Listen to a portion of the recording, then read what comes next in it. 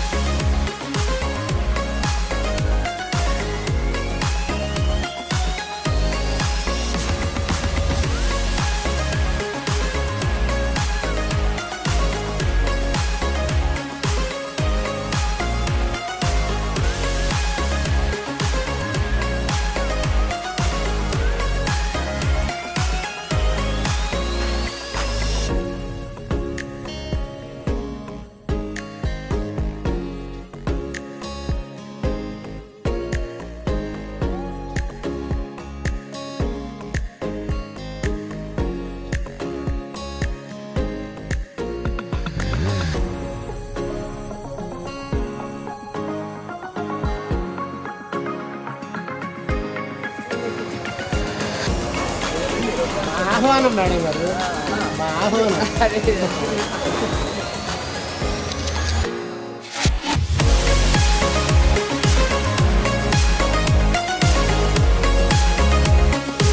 Work economics కలిపి పెట్టారు. ఎప్పుడది 60లో so I was the first batch. Okay. అది ఎట్లా వచ్చింది, నేను ఎట్లా అయ్యారో దానికి ఒక స్టోరీ ఉందని చెప్తాను. Good afternoon, good morning.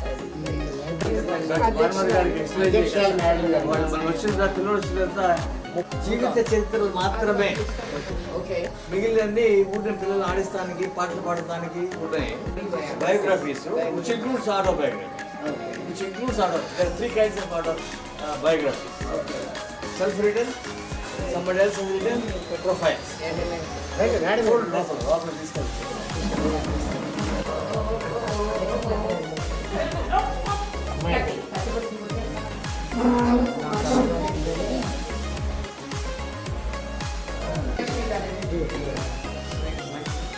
ఇదే చేస్తారు.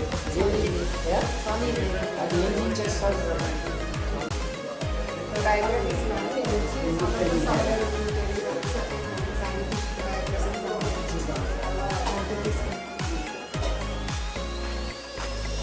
ఏడు వందల మంది దాకా సెపరేట్ బయోగ్రఫీ.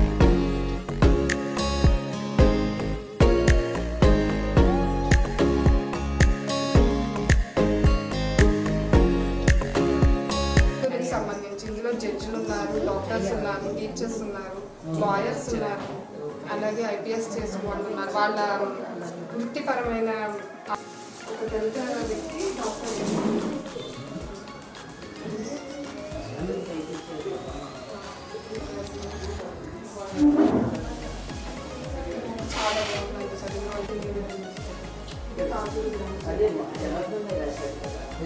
గ్రామ సర్వే మొత్తం చేసి పిల్లల హావభావాలు ఎలా ఉంటాయి, ఏం చేస్తున్నారు, పేరెంట్స్ ఏం చేస్తున్నారు, వాళ్ళ పరిస్థితులు ఏంటి, వాళ్ళు ఉదయం లేచిన కానీ ఏం చేస్తారు, తర్వాత ఏం చేస్తారు అనే దాని మీద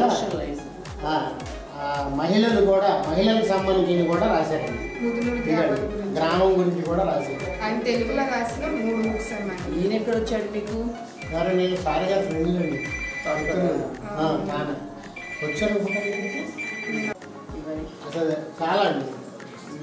ఇవన్నీ సేజ్ వరల్డ్ పబ్లిక్ చేస్తారండి. సేజ్ వరల్డ్ కింద మేడం అభివృద్ధి చాలా ఉన్నాయి.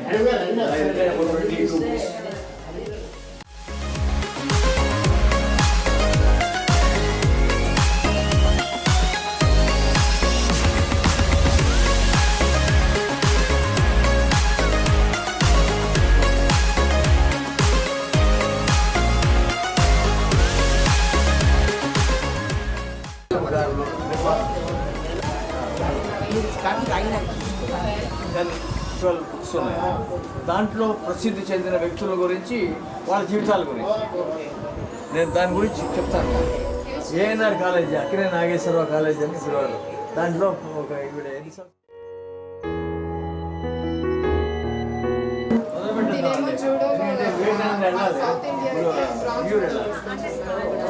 International player.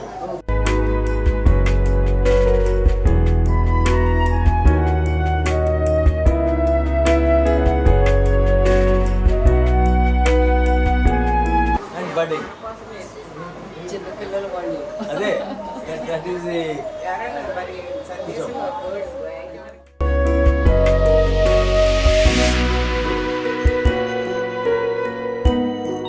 అందరికీ నమస్కారం అండి. జీవిత చరిత్రల గ్రంథాలయం తరపున మా చీఫ్ గెస్ట్ గారికి స్వాగతం. ఈ రోజున ఇక్కడ కార్యక్రమం, పిల్లల్లో ఎంతో ప్రతిభ ఉంది. వాళ్ళకి గణేష్ అండి, తన 9th క్లాస్, శ్రీనివాస స్కూల్. తెలుసుకోండి. ముందు మిమ్మల్ని గురించి మీ అందరిలోనూ నిగూఢ శక్తులున్నాయి. అవి మీకు తెలుసా? తెలియదు. తెలుసుకునే ప్రయత్నం చేయండి. మీరు విద్యార్థులమని భావించున్నారు. మంచిదే.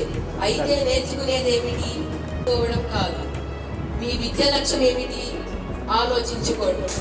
ఈ వయసులో మీరు నేర్చుకునేదే మీ జీవిత పునాదిని నిర్మించుకోవడానికి కదా.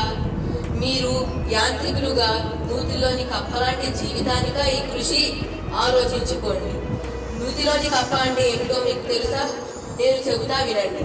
ఒకసారి సముద్రపు కప్ప అనుకోకుండా నూతిలో పడింది. సముద్రం నుంచి వచ్చాను అని చెబుతుంది. సముద్రమా, అది ఈ నూతి కన్నా పెద్దగా ఉంటుందా అని అడుగుతుంది ఆ నూతిలోని కప్ప.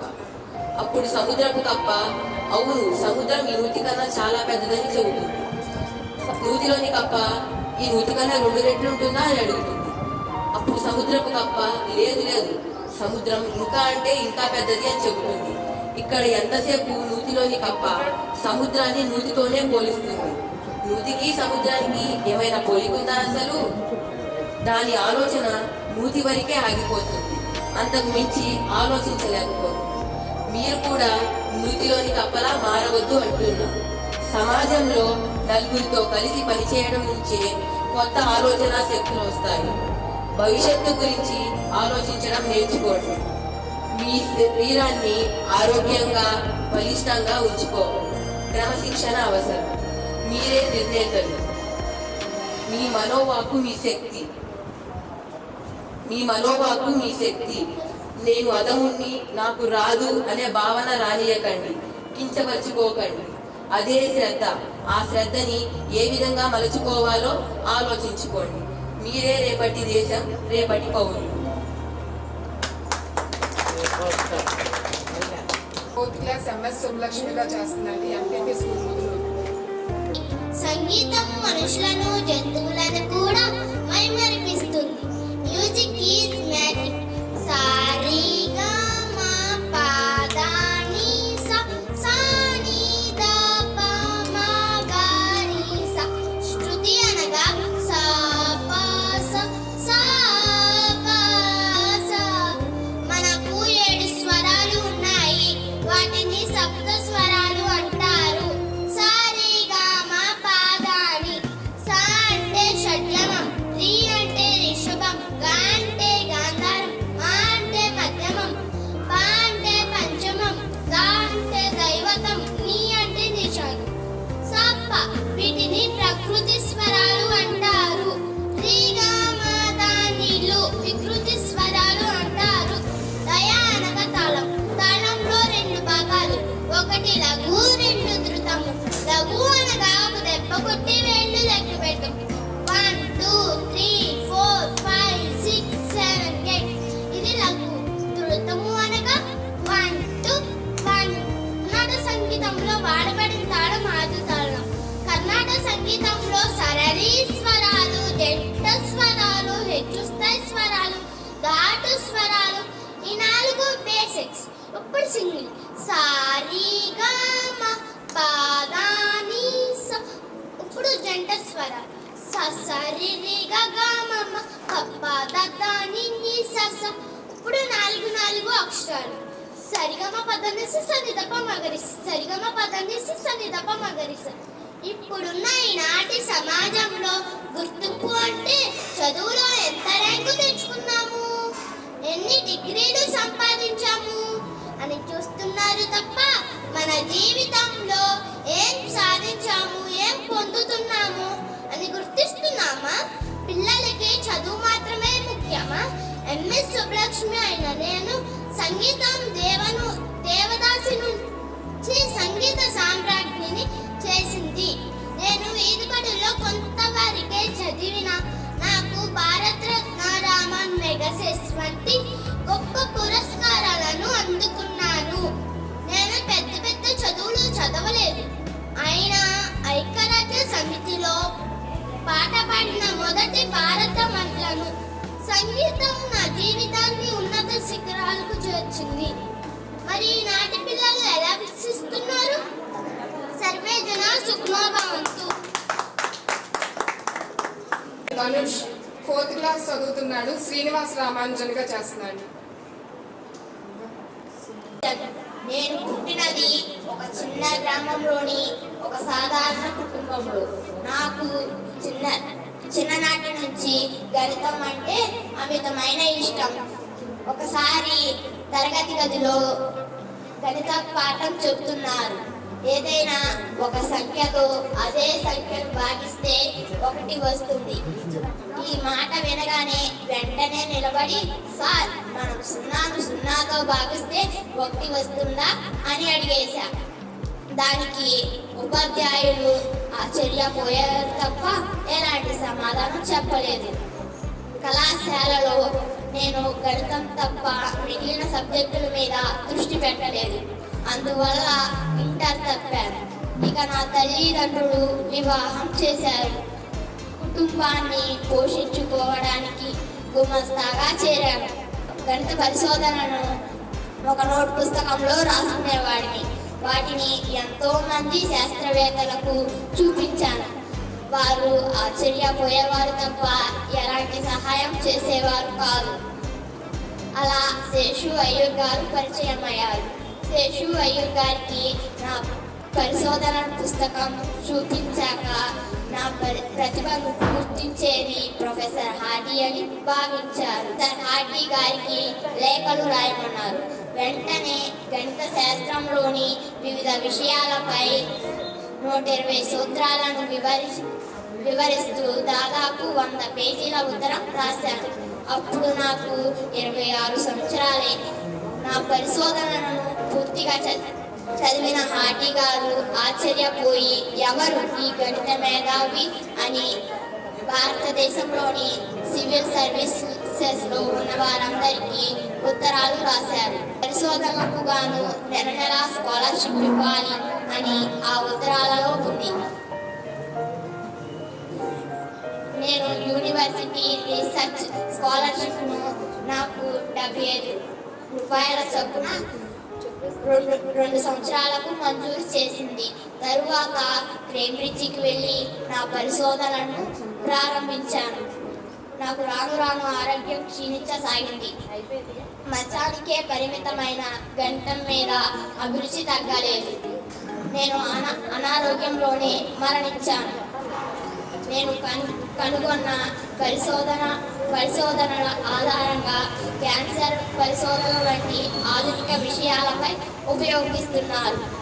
నేను ఈనాటి యువతికి ఒకటే చెప్తున్నాను, ఇష్టమైన దాన్ని ఎంచుకుని దృష్టి మొత్తం దాని మీదే పెడితే మనం సాధించలేనిదంటూ ఏదీ ఉండదు. నేను కనిపెట్టిన పరిశోధనలను 104 సంవత్సరాల క్రితంవి అయినా నేటికి ఉపయోగిస్తున్నారు. మన ప్రతిభను తెలుసుకుని మెరుగుపరుచుకుంటే మన ప్రతిభ అందరికీ ఉపయోగపడుతుంది.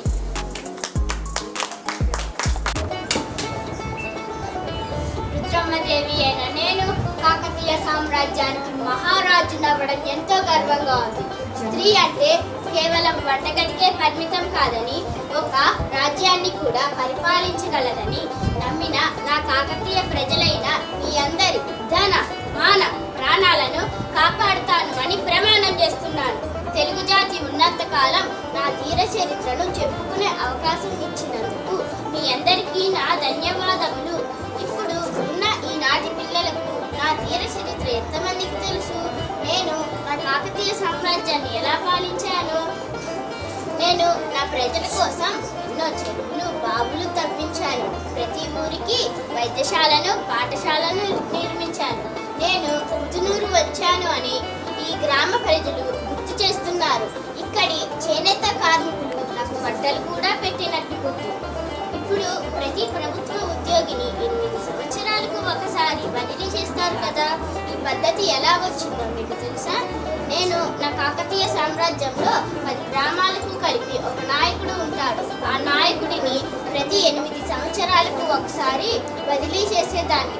దానికి కారణం ఏమిటి అంటే, ఆ నాయకుడికి ఇచ్చిన 10 గ్రామాలను తన ఆధీనంలోకి తెచ్చుకుని బలం పుంజుకుని నా నాయకత్వాన్ని ఎదిరించకూడదని. అయినా నాకు 80 సంవత్సరాలు వచ్చినప్పుడు ఒక నాయకుడు ఎదురు తిరిగితే దాన్ని అణిచివేయడానికి నేనే యుద్ధానికి వెళ్ళాను. ఆ యుద్ధంలోనే వీరమరణం పొందాను. మీ అందరికీ నా పేరు రుద్రమ్మదేవి అనే తెలుసు, కానీ అన్ని శిలాశాసనాలలో నా పేరు రుద్రదేవుడిగా ఉంటుందని మీలో ఎంతమందికి తెలుసు? అసలు మన తెలుగు భాష తెలుగు పదాలు ఎంతవరకు తెలుస్తున్నాయి? శ్రీ కృష్ణదేవరాయలు సిపి బ్రౌన్ వంటి ఎందరో గొప్ప మహానుభావుల చేత కీర్తించబడిన మన తెలుగు భాష కనుమరుగవుతుందేమో అని భయంగా ఉంది. అంతేకాని మన మాతృభాషను మర్చిపోకూడదు. నా ధీర చరిత్రనే కాదు, మన తెలుగు వారి ఎందరో జ్ఞానమూర్తుల చరిత్రలను కూడా మర్చిపోకుండా మేలుకోండి. మన తెలుగు భాషను, మన తెలుగు జాతిని మనమే రక్షించుకుందాం. జై తెలుగు తల్లి, జై జై తెలుగు తల్లి. హరీష్ 7th క్లాస్ అల్లూరి సీతారామరాజుగా చేస్తున్నాడు. అడిగిన దుష్టుడు ఎవడు ఎవడు ఆ కబరు పట్టిన దొరగాడెవ్వడు. బ్రతుకు తెరువుకు దేశం వచ్చి బానిసలుగా మమ్ము నుంచి కొన్నులడిగే కొమ్ములొచ్చిన దమ్ములెవడికి వచ్చరా. అడుగు జీవులు బొగ్గుమంటే ఉడుకు నెత్తురు ఉప్పెనైతే ఆ చండ్ర నుప్పుల కండ్రగొట్టలి పన్ను గణపతి చూడరా. అన్నామని అల్లూరిని చుట్టుముట్టగా 100 గుళ్ళు ఒక్కసారి పేలితే వందే మాతరం, వందే మాతరం, వందే మాతరం అన్నది ఆకాశం. నేను వారణాసిలో కాళికాదేవి ఆలయంలో పుట్టాను. నాకు చిన్నప్పటి నుంచి కత్తిసామ అంటే చాలా ఇష్టం. నా గురువు తాతయ్య తోపే గారు నాకు అన్ని యుద్ధ విద్యలు నేర్పించారు. రాజ్యానికి రాజు అయిన గంగాధర్ మహారాజుని వివాహం చేసుకున్నాను. భార్యకి వివాహ సమయంలో మా ఆచారం ప్రకారం కొత్త పేరు పెడతారు. అలా లక్ష్మీబాయి అని పేరు పెట్టారు. చనిపోయినాక బ్రిటిష్ ప్రభుత్వం నా రాజ్యాన్ని హస్తగతం చేసుకుంది.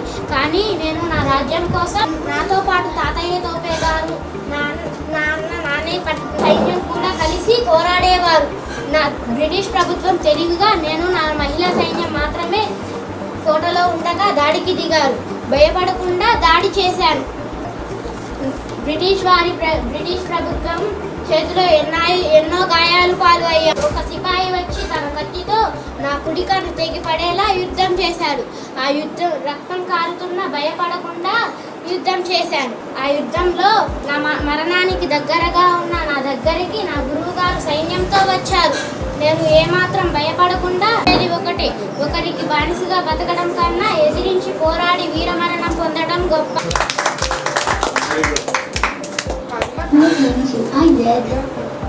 ఈ పిల్లలు వాళ్ళు ఎలా ప్రెజెంటేషన్ చేశారు ఇది కాదు, వాళ్ళు ధైర్యంగా ముందుకు వచ్చి స్టేజ్ మీద నిలబడి ఇంతమంది ముందు చెప్పడం గొప్ప. ముందు వాళ్ళకి స్టేజ్ ఫియర్ అనేది పోగొట్టాలని ఈ కార్యక్రమాల ముఖ్య ఉద్దేశం. మేము ఇలా ఈ జీవిత చరిత్రల గ్రంథాలయంలో ఏ కాంపిటీషన్ పెట్టినా, ఏ కార్యక్రమం చేసినా ముందు పిల్లలు వాళ్ళు ఎంతవరకు పర్ఫార్మెన్స్ చేశారని కాదు, ముందు స్టేజ్ ఫియర్ లేకుండా అది వాళ్ళ జీవితంలో ఉండకూడదు అని, జీవితంలో ఎన్నో మెట్లు ఎదగాలి అని చెప్పేసి మా జీవిత చరిత్రల గ్రంథాలయం ముఖ్య ఉద్దేశం అండి. ఇప్పుడు ఎగ్జిబిషన్ల గురించి డాక్టర్ నాగులవల్లి భాస్కర్ రావు గారు ఈ జీవిత చరిత్రల గ్రంథాలయం నిర్మాతగా చెప్తారు. జీవిత చరిత్ర గ్రంథాలయం గురించి చెప్తారు.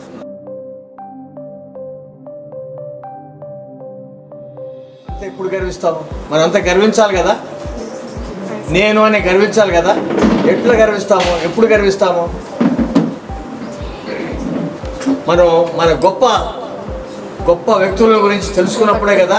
మన తాతల గురించి, అమ్మమ్మల గురించి, నాయనమ్మల గురించి, తండ్రి గురించి, మన పూర్వీకుల గురించి, గొప్ప వ్యక్తుల గురించి, సాధించిన వాళ్ళ గురించి, విజయం పొందిన వాళ్ళ గురించి, అపజయం పొందిన కూడా జయం పొందిన ఎంత గొప్ప వ్యక్తులు ఉన్నారు మన మధ్యలో. మన కీర్తి అనేది, గౌరవం అనేది, గర్వం అనేది అక్కడి నుంచి వస్తుంది. అందుకని పిల్లల చేత ఈ జీవిత చరిత్ర చదివిస్తే ఈ గొప్ప భావాలు, ఆలోచనలు వస్తాయనే ఉద్దేశంతో ఇండియాలోనే జీవిత చరిత్రలు మాత్రమే ఉన్నటువంటి లైబ్రరీ ఇది చిన్న ప్రయత్నం.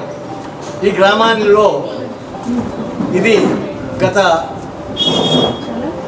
సంవత్సరం పైనుంచి నడుపుతున్నాం.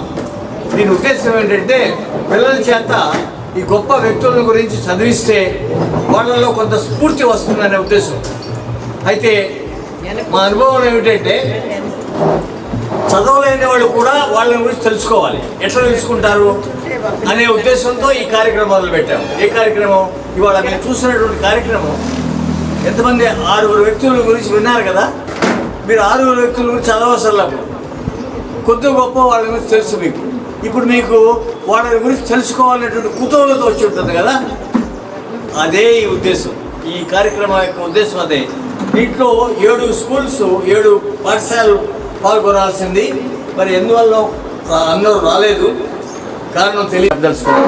ఈ జీవిత చరిత్ర గ్రంథాలయం యొక్క ఉద్దేశం అదే అండి. స్ఫూర్తి పిల్లల్లో మన గొప్ప వ్యక్తుల గురించి కనుక భానుమతి గారు లాంటి వాళ్ళు 94 సంవత్సరాలు అయినా కానీ ఇంత యాక్టివ్గా ఉండి 1954లో సోషల్ వర్క్ అనే ఒక ఫీల్డ్ని ఈ దేశంలో గొప్ప మార్పుకు కారణమైనటువంటి ఫీల్డ్లో సోషల్ వర్క్ అనేది ఎంతమందికి తెలుసు? చాలామందికి తెలియదు. ఎకనమిస్టులు అంటారు, ఎకనమిస్టులు కూడా చేశారు. అయితే వాళ్ళ వెనకమాల సోషల్ వర్కర్స్ కూడా సోషల్ వర్క్ అనే ఒక రంగం, ఒక ఫీల్డ్, ఒక స్టడీ ఉందనేది చాలామందికి తెలియదు. ఆంధ్ర యూనివర్సిటీ ఇండియాలో మొట్టమొదటి యూనివర్సిటీలో మొట్టమొదటి 5-6 యూనివర్సిటీల్లో ఆంధ్ర యూనివర్సిటీ కూడా ఒకటి. ఆవిడ అక్కడ చదివి అక్కడి నుంచి ఆ ప్రయాణం మొదలుపెట్టింది. కాబట్టి చెప్పబోయేది ఏమిటంటే ఈ జీవిత చరిత్ర గ్రంథాలయం యొక్క ఉద్దేశం అది. రెండోది ఏమిటంటే ఒక చిన్న డిసప్పాయింట్మెంట్ మీతో షేర్ చేసుకోదలుచుకున్నాను. పిల్లల చేత వాళ్ళలో క్రమశిక్షణ రిలేషన్షిప్స్, ఒకళ్ళని అర్థం చేసుకునేవి, ఎట్లా ఒక కలిసి పనిచేయాలంటే అన్నిటికన్నా ముఖ్యం ఏం కావాలి? తెలుసుకుంటాం. ముందు అందరికన్నా ఎవరి గురించి తెలుసుకోవాలి? పిల్లలు ఎవరి గురించి తెలుసుకోవాలంటే అందరికన్నా ముందు తల్లిని గురించి తెలుసుకోవాలి, అమ్మని గురించి తెలుసుకోవాలి.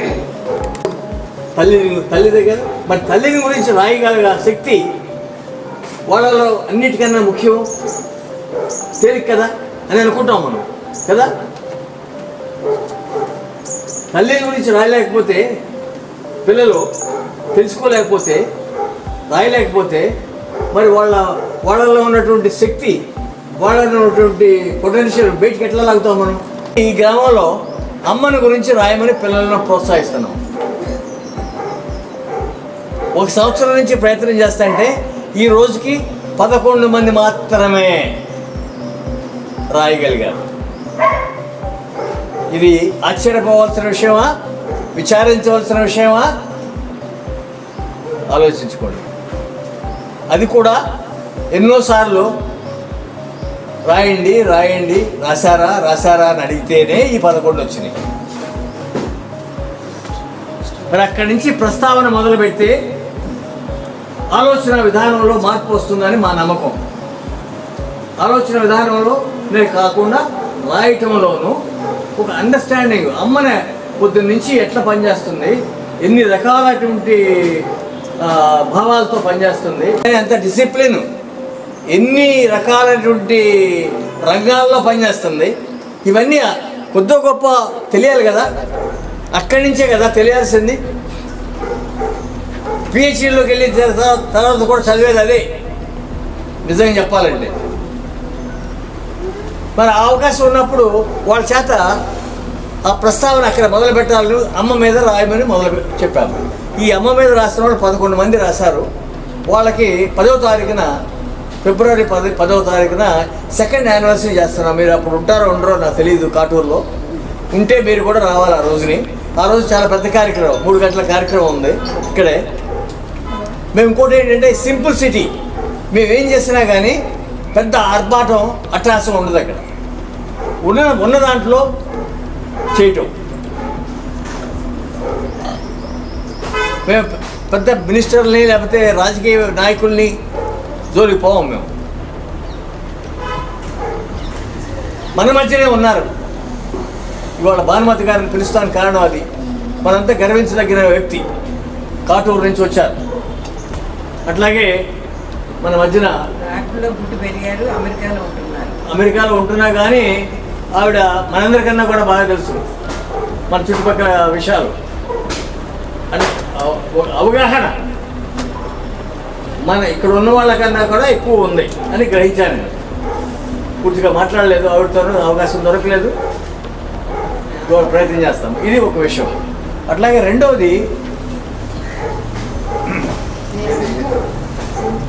నేను గురించి నువ్వే ఒక విషయం మాట్లాడాలి.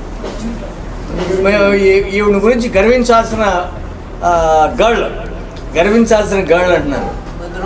ముదునూరు నుంచి ఒక సామాన్య కుటుంబం, ఎవ్వరు గైడెన్స్ లేకుండా స్వతహాగా ఈ గ్రామం నుంచి వెళ్ళి చదువుకుని కష్టపడి, ఇది ఎంతో పోటీ ప్రపంచంలో దక్షిణ భారతంలో జూడో దాంట్లో మూడో వచ్చిందంటే, జూడోలో ఈ గ్రామంలో నుంచి వెళ్ళిన అమ్మాయి వచ్చిందంటే ఆశ్చర్యపడాల్సిన విషయం కదండి. మరి మనం గర్వించాల్సిన విషయమే కదా. నాకు తెలిసినప్పుడు సత్యనారాయణ గారు చెప్పారు నాకు. అప్పుడు వెంటనే ఆవిడని కాంటాక్ట్ చేసి ఇవాళ రమ్మని రిక్వెస్ట్ చేసి, నాకు స్నేహశ్రీ కూడాను చెప్పండి.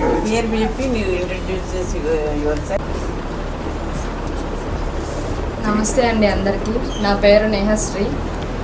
నేను ముద్నూరు నరసింహారావు గారి మనవరాల్ని, అలాగే సత్యనారాయణ మాస్టర్ మనవరాల్ని కూడా. మా తల్లిదండ్రి ఇద్దరు ఇక్కడే జన్మించారు. వాళ్ళు చిన్నప్పటి నుంచి వాళ్ళు పడిన కష్టం అంతా నాకు చెప్పారు. వాళ్ళు ఆటల్లో కొంచెం ఇంట్రెస్ట్ ఉండేది నా తల్లికి తండ్రికి, కానీ వాళ్ళకి ఎటువంటి సపోర్ట్ అందక పేరెంట్స్ నుంచి. అంటే అప్పట్లో వాళ్ళకు కూడా అంత అవగాహన తెలియదు, ఆటలు ఇట్లా పంపించాలి, ఇట్లా పంపిస్తే వీళ్ళు అనుకున్నవి సాధిస్తారు అని. సో వాళ్ళు నన్ను అట్లా ఆపేయకుండా వాళ్ళు చేయాలనుకున్నది నా ద్వారా నన్ను సపోర్ట్ చేస్తూ చేశారు. నేను అట్లాగే కష్టాలు ఎక్కడ కష్టం రాకుండా గట్టెక్కము. నాకు చాలా కష్టాలు వచ్చాయి. ప్రతి చోట నా తల్లి నన్ను ప్రోత్సహించారు. ఇంకా ఫస్ట్ నేను 10 సంవత్సరాలు అవుతుంది నేను స్పోర్ట్స్లోకి వెళ్ళి. ఎన్ని సంవత్సరాల్లో ఎన్నో చూశాను. నాకు చిన్న వయసులోనే సగం అనుభవం వచ్చింది జీవితం మీద స్పోర్ట్స్లోకి వెళ్ళడం వల్ల. నాకు స్పోర్ట్స్ వల్లే ఎలా ఉండాలి, ఎలా చదవాలి, ఎవరితో ఎలా ఉండాలి అని ప్రతి ఒక్కటి, మనం ఏ టాలెంట్ ఉంటే ఆ టాలెంట్ 100% మనం అందులో ప్రూవ్ చేసుకోవడానికి ట్రై చేయాలని నేను అనుకుంటాను. చదువు ఇంట్రెస్ట్ ఉంటే చదువులో 100%, లేదు గొడవలు పడాలంటే గొడవలో కూడా 100% పడండి. అదే ఏదైనా మీ 100% పెట్టండి, తప్పకుండా పైకి వస్తారు. మీ టాలెంట్ ఏదో ఒక రోజు బయటకు వస్తుంది. Thank you sir. ఈ జీవచరిత్ర గ్రంథాలయం ప్రెసిడెంట్ గారు భారతి గారిని ఈవిని సన్మానించవలసిందిగా కోరుతున్నాను.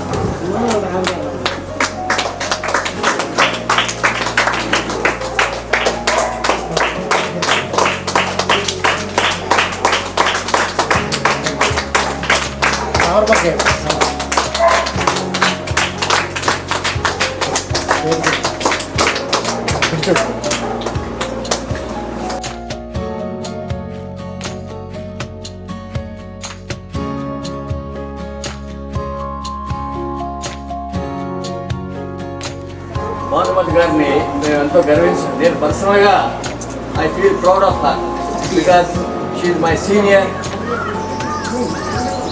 అండ్ ఆ సబ్జెక్ట్ అంటే నాకు సోషల్ వర్క్ అంటే నాకు స్పెషల్ పొజిషన్ నా మైండ్లో ఉండటం కాకుండా నా యాక్టివిటీస్లో కూడా ఉంది.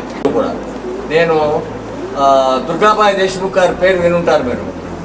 ఆవిడ ఈ రంగాల్లో ప్రసిద్ధురాలు.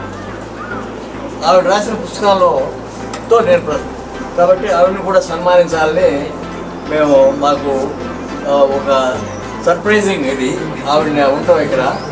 సో చాలా సంతోషం అండి మీరు ఇక్కడ ఈ రోజున ఉంటాం మా లైబ్రరీ ఈ జీవచరిత్ర గ్రంథాలయానికి వస్తాం రావటం చాలా సంతోషమైన విషయం. కాబట్టి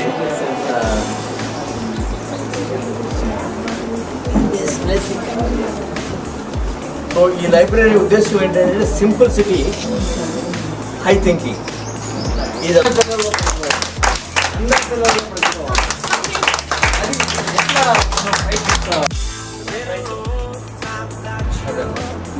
సో ఇప్పుడు ఇక్కడ సంజయ్, ఈ వివేక వీళ్ళిద్దరూ ఈ జీవచరిత్ర గ్రంథాలయానికి చేస్తున్నది. వీళ్ళిద్దరిని కూడా మనం ప్రశంసించాల్సిన విషయం. వాళ్ళకి కూడా మీరు అందరూ తప్పట్లు కొట్టండి.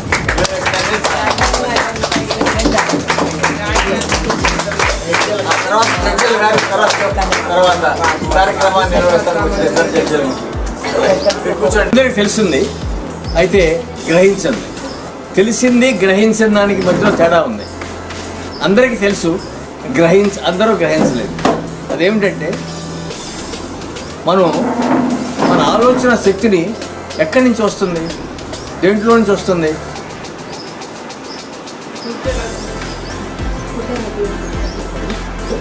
మన ఆలోచన దేంట్లో నుంచి వస్తుందండి?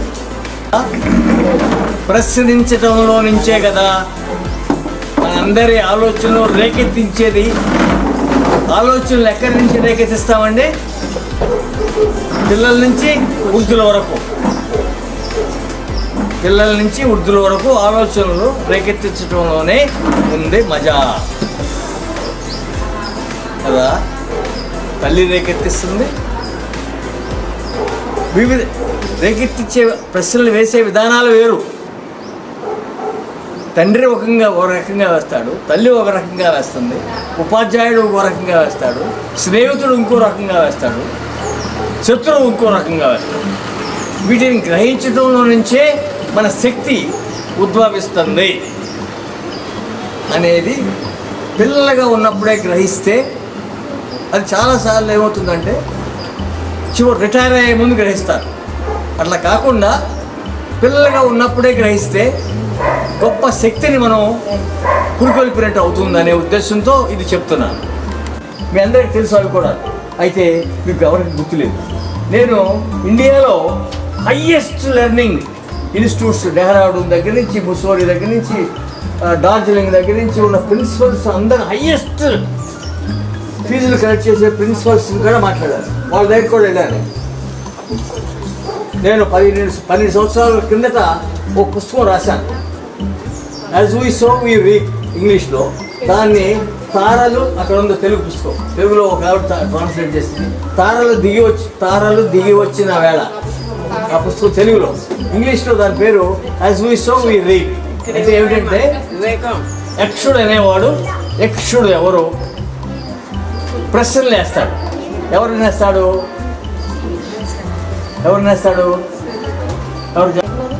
ఐదుగురు 12 సంవత్సరాలు అరణ్యవాసానికి వెళ్ళినప్పుడు ఒక బ్రాహ్మడు, సత్యనారాయణ గారు, ఒక కమ్యూనిటీ వచ్చి ఆ ఐదుగురికి చెప్తుంది, మీకు నేను జీవిత విధానాన్ని గురించి నేర్పుతాను, ఈ 12 సంవత్సరాలు మీ ఎమ్మటే ఉంటాను అంటారు. అయితే సార్ ఉండండి అని వాడు రోజు గంట సేపు ఈ ఐదుగురికి లెక్చర్ ఇస్తాడు జీవిత విధానాన్ని గురించి. అయిపోయింది, 12 సంవత్సరాలు కంప్లీట్ అయింది. ధర్మరాజు గారు చివరి రోజుని, నాకు మంచినీళ్ళు అవుతున్నాయి బాబు, నకుల మంచినీళ్ళు దొరుకుతాయేమో ఈ చుట్టుపక్కల ఎక్కడైనా చూడంటాడు. ఒక సరస్సు, అక్కడికి వెళ్ళి తీసుకొస్తావా అంటాడు ధర్మరాజు గారు. ధర్మరాజు ఎవరో తెలిసిన పాండవుల అందరికన్నా పెద్దవాడు, ఐదుగురు కదా. మిగిలిన వాడి పేర్లు చెప్పగలరా? పేరు చెప్పండి. Very good. ఇంకో పేరు చెప్తారా? Very good. సో వీళ్ళని ముందు నకులు వెళ్తాడు, వెళ్ళి ఆ నది దగ్గరికి వెళ్ళి నీళ్లు పట్టుకుంటాడు. నీళ్లు పట్టుకోగానే ఒక యక్షుడు, ఒక రాక్షసుడు ప్రత్యక్షం అవుతాడు. ప్రత్యక్షమై, ఈ నీళ్లు నాయి, నువ్వెవడో తీసుకెళ్తానికి? నేను మా అన్నయ్యకి తీసుకెళ్ళాలి. అయితే నేను అడిగే ప్రశ్నలకి సమాధానం చెప్తే, నువ్వు కరెక్ట్గా సమాధానం చెప్తే నేను నీళ్లు తీసుకెళ్ళిస్తానంటాడు అని ప్రశ్నలు అడగడం మొదలు పెడతాడు. అన్నీ ఏది చెప్పలేడు, ఒక్కదానికా చెప్పలేడు. వాడు సరస్సు ఎక్కగానే చనిపోతాడు, పడిపోతాడు కింద. ఈ ధర్మరాజు అని ఇదేంటి రాలేదని రెండో వాడిని పంపిస్తాడు. ఎవడు? నకులు పైన వాడు సహదేవుడు వెళ్తాడు. సహదేవుడు కూడా ఇదే జరుగుతుంది. అతను పట్టుకుంటాడు, అతను చెప్పలేడు, అతను పడిపోతాడు, చనిపోతాడు. ఆ తర్వాత ఎవరు? అర్జునుడు అంటారు. అర్జునుడు ఏమంటారు? ప్రపంచంలో అతి సాహసుడు అని అంటాం కదా. ఎవరు ఓడించలేడని అంటారు కదా. వీడు అర్జునుడు వెళ్తాడు. అర్జునుడు కూడా నీళ్లు పట్టుకుంటాడు. నీళ్లు పట్టుకుంటే వాడు మళ్ళీ ప్రత్యక్షమై, ఏయ్ నువ్వు తీసుకెళ్తానికి వీలేదు, నేను అడిగే ప్రశ్నలకు సమాధానం చెప్పలేడు. పొద్దున వస్తాడు, చనిపోతాడు, కింద వెళ్ళిపోతాడు. తర్వాత ఎవరు? భీముడు వస్తే సేమ్ ఇదే, పొద్దున పడిపోతాడు, చనిపోతాడు. అప్పుడు ధర్మరాజు ఏమిటో వీళ్ళు నలుగురు మొత్తాన్ని, వీళ్ళు వీరాది వీరులు, వీళ్ళని ఓడించేవాళ్ళు లేరు, వీళ్ళు రాలేరేంటని వెళ్తాడు. వెళ్తే అక్కడ పడిపోయి ఉన్నారు. వాళ్ళ మీద నెత్తూరు లేదు, బాణాలు లేవు, వీళ్ళు యుద్ధం జరిగిన గుర్తులేమి లేవు అక్కడ. వీళ్ళు పడిపోయి ఉన్నారు. ఏమిటో వీళ్ళు పడిపోయి ఉన్నారు? అని ఆలోచిస్తూ ఆయన నాకు మంచినీళ్ళు అవుతున్నాయి, నేను దగ్గర నుంచి వెళ్ళేస్తాను. దిగుతాడు, ఆయన దిగుతాడు. దిగి ఆయన తీసుకుంటాడు నీళ్ళు. తాగిపోతుంటే మళ్ళీ అదే యక్షుడు ప్రత్యక్షం అవుతాడు. ప్రత్యక్షమై అడుగుతాడు, నువ్వు తాగడానికి వెళ్ళేది ఇది నా నీళ్లు, నేను అడిగే ప్రశ్నలకు సమాధానం చెప్తే నేను ఎలా చేస్తాను. ఒకదాని తర్వాత ఈ ఎన్ని ప్రశ్నలు అడిగాడు అనేది రకరకాల పండితులు ఒకళ్ళు 15 ప్రశ్నలు అంటారు, ఒకళ్ళు 30 అంటారు, ఒకళ్ళు 100 అంటారు. ఎన్నైనా అంటే మొత్తం అన్ని ప్రశ్నలు సమాధానం సరిగ్గా చెప్తాడు. అరే నువ్వు చాలా గొప్పగా చెప్పావే, మీ వాళ్ళు ఎవరు చెప్పలేరు, నీకు నేను చాలా సంతోషంగా ఉంది, నీకు ఒక వరం ఇస్తున్నాను, నువ్వు ఎవరైనా నీ వరం కోరుకో అంటాడు. వాడు అంటాడు, నా తమ్ముడు ఒక తమ్ముడిని బతికించంటాడు. ఏ తమ్ముడిని అంటాడు. ఎవరిని అడుగు, ఏ తమ్ముడిని బతికించమంటాడు?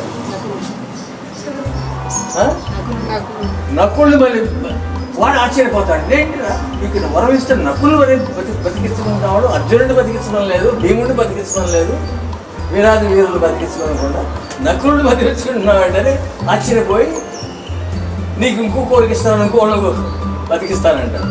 అట్లా రెండో వాడిని కూడా బతికిస్తాడు.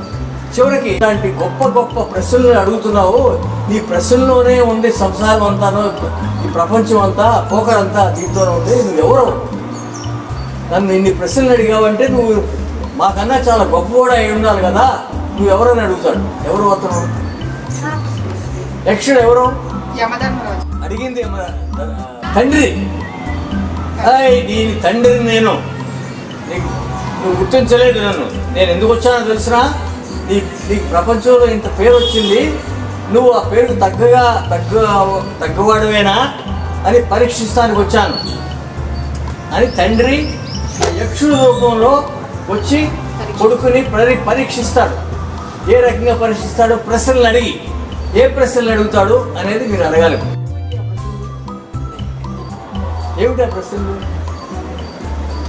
పాకెట్ ఎట్లా అన్నిటికన్నా బరువైంది, విలువైంది ఏమిటి? ప్రశ్నలు అడిగే విధానంలో ఉంది, దానికి చెప్పే రీతి కూడా ఆలోచనలు రేకెత్తించే విధానం అన్నాను కదా మొట్టమొదట. ఇది రేకెత్తించే విధానం. దానికి సమాధానం ఏమి చెప్తాడు? అక్షుడు అడిగాడు, ప్రపంచంలో అన్నిటికన్నా బరువైంది, విలువైంది.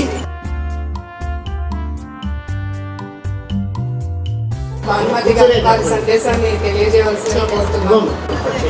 మీ ఆశలు ఏమిటో ఎవరైనా ఒక్కటి లేచి చెప్పగలరా? మీ ఆశలంట ఎవరైనా ఒక్కటి లేచి చెప్పగలరా? ఆశలు, ఆశయాలు. నేను పెద్దాన్ని అవుతాను, ఏం చేస్తాను, ఏం చెయ్యాలి, ఎవరైనా ధైర్యంగా లేచి చెప్పగలరా? డాక్టర్. ఎందుకు?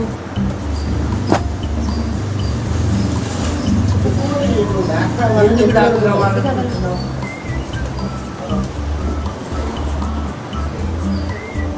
ఓకే సరే. ఇంకొకళ్ళు? కలెక్టర్. ఎందుకు? కలెక్టర్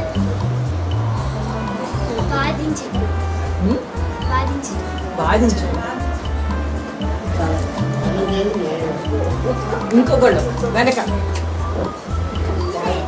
ఇంజనీర్ అయిపోతావు. ఏం ఇంజనీర్ అవుతావు? ఇప్పుడు ఈ వయసులో నుండి నేను డాక్టర్ అవుతాను, నేను కలెక్టర్ అవుతాను, నేను ఇంజనీర్ అవుతాను, నేను ప్రైమ్ మినిస్టర్ అవుతాను, నేను ఇంకొకటి అవుతాను, కోరికలు అందరికీ ఉంటాయి. మాకు ఉండేది అన్నీ వస్తాయా? రావడానికి ఏం చేసేయాలి? చదువుకుంటే కలెక్టర్ అయిపోతావా? చదువుకుంటే డాక్టర్ అయిపోతావా కంప్లీట్గా? దానికి మనకి అనేక రకమైన సహాయం కావాలి. దీనంతటికీ మీరు పెరుగుతున్న వయస్సులో చదువు, అమ్మ, నాన్న, ప్రేమ. ఇందాక ఆయన చెప్పారు అమ్మని గురించి రాయమంటే 11 మంది అని. మీరు అమ్మని గురించి అడిగే కంటే మీరు మీ అమ్మ దగ్గరకు కానీ అమ్మమ్మ దగ్గరకు కానీ వెళ్ళి, అమ్మమ్మ మీ అమ్మ గురించి నాకు కొంచెం చెప్పు అని అడుగు. చెప్పగలరా ఆవిడ? ఎవరు అడగరు, ఎవరు చేయరు. నేను నిన్న మా మేనకోడలు అడుగుతున్నాను, మీ అమ్మ గురించి కథ రాయమ్మా అని. నవ్వారు. నన్ను గురించి నేను అడిగి అనుకున్నాను, మా అమ్మను గురించి నేను కథ రాద్దాము అని. వయసు వచ్చి పెరిగిన కొన్ని మాత్రమే గుర్తుంటాయి, కానీ రోజువారీ చేసి అన్నం పెట్టడం, చెరుకులు పెట్టడం, బతును. మా అమ్మ నాకు ఇవి నాటికి బాగా గుర్తున్నది ఏంటంటే, ఆవిడ మజ్జిగ తిప్పినాక వెన్న చేతులతో నా ఒంటికంతా రాసింది. ఆ మధ్య నన్ను ఎవరో అడిగారు అమెరికాలో, ఏమండి మీ వయసులో మీకు ఎక్కడ ముడతలు కనపడతారు ఏంటండి? మా అమ్మ వెన్న రాసిందండి అని చెప్పారు. ఏనాటి అమ్మ. కొన్ని గుర్తులు అలా ఉండిపోతాయి. అందులో మంచి ఉంటాయి, కొన్ని ఉంటాయి, గుర్తు ఉంటాయి. నేను ఇది ఎందుకు చెప్తున్నానంటే, మనం కోరుకున్న కోరికలన్నీ మనకి జరిగినా జరగకపోయినా ఎక్కడో ఉన్న ఒక ప్రేమ, ఒక తృప్తి, ఒక ప్రశాంతతతో ఉంటే మీ జీవితం శుభ్రంగా గడిచిపోతుంది. ఇప్పుడు నేను అమెరికాలో ఉన్నాను, 45 ఏళ్ళది, మీరెవరూ పుట్టకుండా. అమెరికాలో వెళ్ళడం నాకు ఇష్టమే లేదు. తప్పనిసరి భర్త వెంట వెళ్ళాను. ఒకరోజు నిద్ర పట్టగా ఏడుస్తూ ఉంటే, అప్పటికే నేను సోషల్ వర్కర్. నిద్ర పట్టగా ఎందుకు వచ్చాను ఈ అమెరికా, ఎందుకు వచ్చాను, భారతదేశాన్ని, మాతృదేశాన్ని వదిలేసి అని చాలా కష్టపడ్డాను. సడన్గా నాకు ఒక కళలాగా వచ్చి, మన వీరేశ్వర మొత్తం ద్వారా కానీ, మీరెవరు పరమహంస యోగానంద గురించి ఎవరన్నా పేరు విన్నారో లేదో మీరు నాకు తెలియదు. ఆ కళలో వచ్చింది, నువ్వు చేసే సోషల్ సర్వీసు నీకు ఇండియాలోనే కాదు అమెరికాలో కూడా నీలాంటి వాళ్ళు చాలా అవసరం. మన ఇండియన్సే అమెరికాలో బాధపడుతున్నారు. ఆ ఫీల్డ్లోకి నేను అక్కడ వెళ్ళి చేయటం కాకుండా నేను వాలంటీర్ వర్క్ అంతా అక్కడ మొదలుపెట్టాను. అలాగే ప్రతి వాళ్ళకి ఏదో ఒక కోరిక, ఏదో ఒక ఆశ, ఏదో ఒక జ్ఞానం ఎక్కడి నుంచో వస్తుంది. అలాగే మీరందరూ కూడా మీరు కొన్ని డాక్టర్ అయితే ఒక డబ్బులే కాదు కావాల్సింది, ప్రేమతోటి, ఆజ్ఞతోటి వాళ్ళని చూసుకోవడం. ఇప్పుడు డాక్టర్ దగ్గరికి వెళ్ళావనుకో, ముందు నువ్వు 1000 రూపాయలు పెడితే కానీ నేను చూడను అంటే మీలో మానవత్వం పోయినట్టే లెక్క. అలాంటివన్నీ ఆలోచించుకుని ప్రేమతోటి, సంతోషంతో అందరితో love, joy and peace is your life. ఎక్కడ ఈగోయిస్ట్ రాకుండా, అసూయలు లేకుండా, మరొకళ్ళని నొక్కేద్దాం అనే భావం లేకుండా సుఖంగా సంతోషంగా బతుకున్నంత. Thank you. స్పెల్లింగ్ అంటే ఒక వర్డ్ ఇచ్చేసేసి దాని గురించి రాయటం కాదు. మేము ఒక పదాన్ని తెలుగులో చెప్తాము, మీరు దాన్ని గెస్ చేసి ఇంగ్లీష్లో చెప్పాలి. నేను సారు మాస్టర్ గారు ముగ్గురు చెప్తామమ్మా 3 words, మీరు గెస్ చేసి రాయాలి. ఎందుకంటే ఈ జీవిత చరిత్ర గ్రంథాలే మీకు అన్ని విధాలు అంటే మీ జిజ్ఞాసను పెంచాలి, మీ ఆలోచన శక్తిని పెంచాలి. అదే మా ఉద్దేశం. ఏదైనా సరే అందరూ వెళ్ళే దారిలో వెళ్తే ఏముంటుంది ప్రత్యేకత? మనం ఏదైనా ప్రత్యేకంగా స్టార్ట్ చేయాలి ముందుగా. అందుకే ఈ రోజున స్పెల్లింగ్ అనేది ఒక వర్డ్ తెలుగులో చెప్తాము, దాన్ని మీరు ఇంగ్లీష్లో గెస్ చేసి రాయాలన్నమాట. ఫస్ట్ వర్డ్ మీరందరూ మీకు ఇచ్చిన పేపర్స్ మీద మీ నేమ్, క్లాసు, స్కూల్ నేమ్ రాయండి.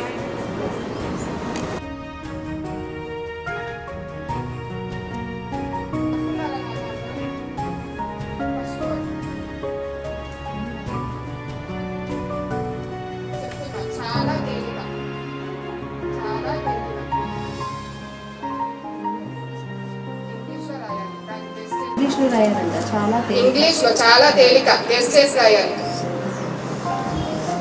చెప్పటం చాలా తేలిక, కానీ చేయటం ఇష్టం.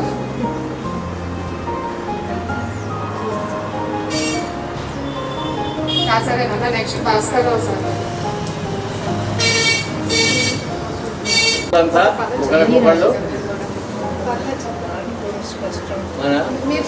స్నేహితులు, చుట్టాలు, బంధువులు, మనందరూ మనకేదో కనెక్షన్ ఉంది. కనెక్షన్ ఇంగ్లీష్ అన్నమాట. దాన్ని ఇంకో మాట కూడా ఉంది, అది రాయాలి. స్నేహితులే మనంతా ఏదో ఒక విషయంలో మనం ఒకే రకంగా ఆలోచిస్తాం, చేయాలి. చెప్పింది వాళ్ళు గెస్ చేసి రాయాలి. చెప్పాలి. మనమంతా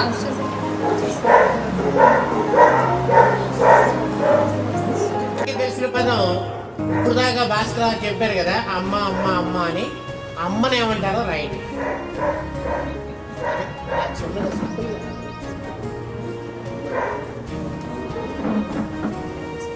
What is now the fourth word? ప్రేమ. స్నేహం.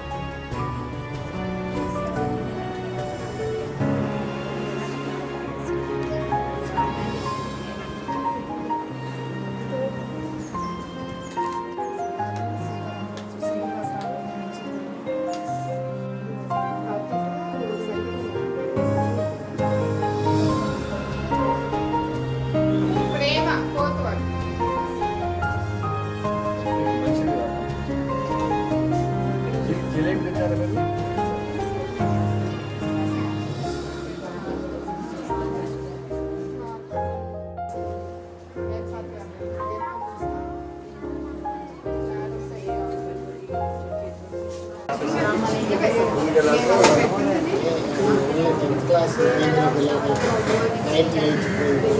Junior Sevamagravinayam second winner.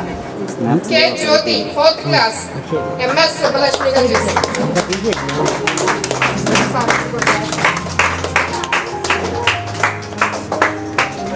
చూడండి అలా పట్టుకోండి. అది మాస్టర్ కాకినాడ కూడా వెళ్ళి పార్టిసిపేట్ ఒకసారి చూడండి. ఓకే, కాకినాడ బాలోత్సవంలో పార్టిసిపేట్ చేసి ఇప్పుడు తీసుకున్న ఇద్దరు కూడా కాకినాడలో, అది కూడా 3rd, 4th, 5th క్లాస్ పిల్లలకి 100 మెంబర్స్ పార్టిసిపేట్ చేశారండి రాష్ట్ర స్థాయిలో. వీళ్ళిద్దరూ ఎంత మాత్రం తొనకలేదు వెనకలేదు. ఒకరికేమో గవద పిల్లలు, తనకి ఇంకొక అమ్మాయికేమో జ్వరం. లాస్ట్ 2 days లో వాళ్ళిద్దరూ ప్రిపేర్ అయ్యి వెళ్ళి చేశారు మేడం. ఇప్పుడు చేసింది నేను ఆ ఆర్నమెంట్స్ కూడా పాపం వాళ్ళకి చాలా ఇబ్బంది పెట్టాయి. 2 hours 3 hours అలాగే ఓపికగా కూర్చొని చెప్పి ఉన్నారు మేడం.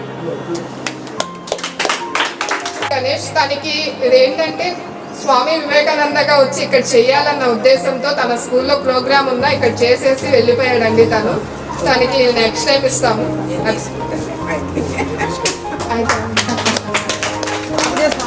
స్వామి వివేకానంద రాసిన స్వామి వివేకానంద గురించి బుక్ అండి. Presentation first praise.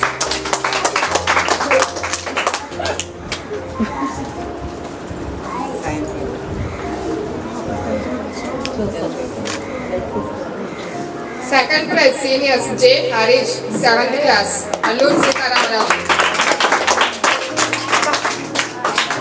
ఇద్దరు రండి. ఇద్దరు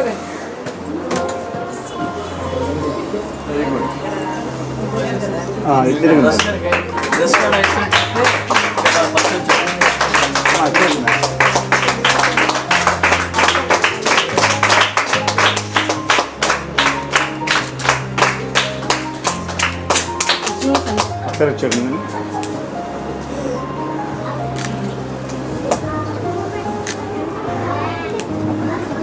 ఒకసారి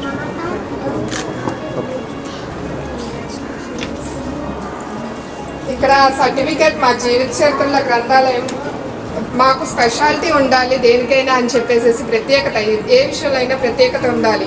సర్టిఫికేట్లో కూడా మేము ప్రత్యేకత చూపించాము. ప్రతి సర్టిఫికేట్కి మేము ఒక వ్యక్తిని ఎంచుకొని వారు చెప్పిన సూక్తుల్ని ఇలా అంటే పిల్లలు ఇప్పుడు సర్టిఫికేట్ పలానా దాంట్లో మాకు సర్టిఫికేట్ వచ్చిందని చూపించుకున్నప్పుడు ఈయనెవరు అని క్వశ్చన్ చేస్తారు. పిల్లలకి అప్పుడు ఆలోచన శక్తి అనేది వస్తుంది. మేము వీళ్ళ గురించి తెలుసుకోవాలి అన్న ఉద్దేశంతో మేము ఇలా సూక్తుల సహాయంతో ప్రతి సర్టిఫికేట్ ఇలా వేరువేరుగా ఉంటుందండి. మేము డిజైన్ చేసాము, మొత్తం డిఫరెంట్గా ఉండాలని. రాశారు కొంతమంది చాలా తేలిక అన్నదానికి ఈజీ అని, కొంతమంది రండి మేడం గారు రండి, మీరే రండి, స్పెషల్ అతిథులు రండి మేడం.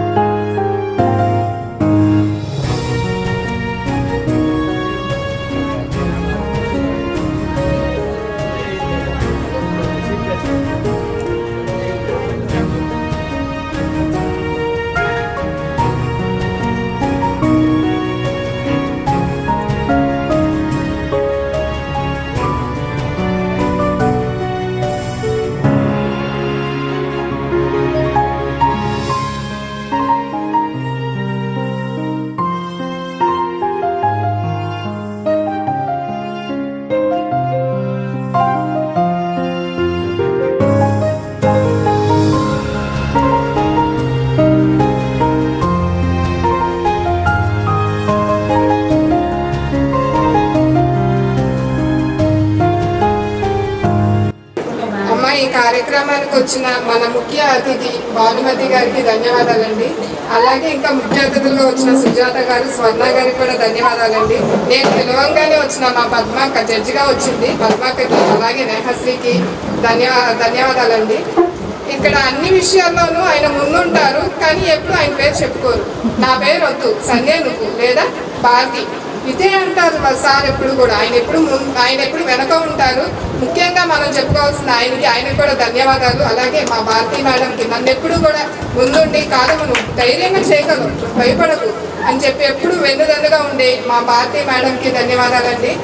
ఏ ప్రోగ్రాం వచ్చినా సరే, ఏ ప్రోగ్రాం ఈ జీవిత చరిత్ర గ్రంథాలయంలో ఏ ప్రోగ్రాం జరిగినా ముందుగా వచ్చి మాకు సహాయపడేది వందనం సత్యనారాయణ మాస్టర్ గారండి. ఆయనకు కూడా ధన్యవాదాలండి. ధన్యవాదాలు. All the children, thank you. ఇంకో మాస్టర్ గారు కూడా వచ్చారు. ఆయన పేరు కూడా సత్యనారాయణ మాస్టర్ గారు అనమాట. గురువర్యులు సత్యనారాయణ గారికి కూడా ధన్యవాదాలండి. ఆయన ఎంతో వ్యయ ప్రయాసాలతో చాలా దూరం నుంచి నడుచుకుంటా వచ్చారు. ఆయన కూడా ధన్యవాదాలండి. పాల్గొన్న విద్యార్థులకు కూడా శుభాకాంక్షలు అమ్మా. మీరు ఇంకా పైకి ఎదగాలని మా కోరిక. ధన్యవాదాలు.